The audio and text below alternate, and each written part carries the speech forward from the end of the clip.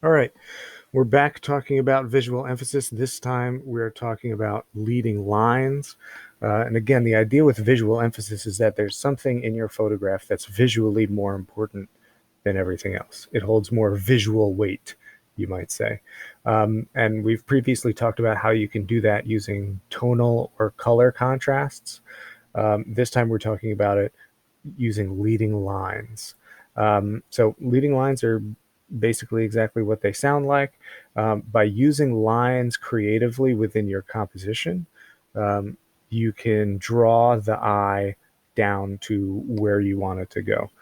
Some of these photographs we've seen already, and we'll see them again.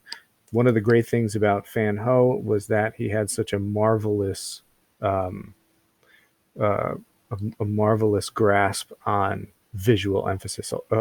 A lot, if not all, of his photographs have a very strong sense of visual emphasis. So we spoke about this one already because we talked about how the tonal contrasts in the figure and what's behind the figure kind of draw the eye. But also, this photograph is it doesn't have a particularly large amount of things in it. It's a pretty sparse composition. The only thing in it, other than the figure, is really this collection of lines. And if you think about them, um, and look at them for a second, um, you can see that every line in the photograph leads to the figure.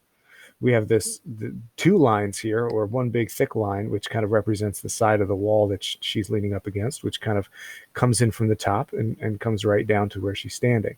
You've got this hard shadow from what must be a building, which kind of comes in from the top diagonal and comes right to her feet. And then you've got the line that is the kind of platform that she's standing on.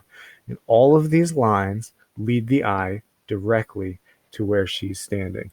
Here is another good example.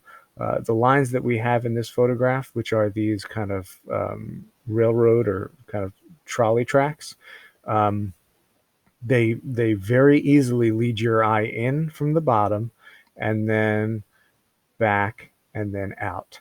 And it just so happens compositionally that right on that path of where those kind of tracks lead you from the bottom up and then out is this kind of person with a cart, which I mean, less so than the last one, but also has some tonal contrast, which kind of leads your eye to them.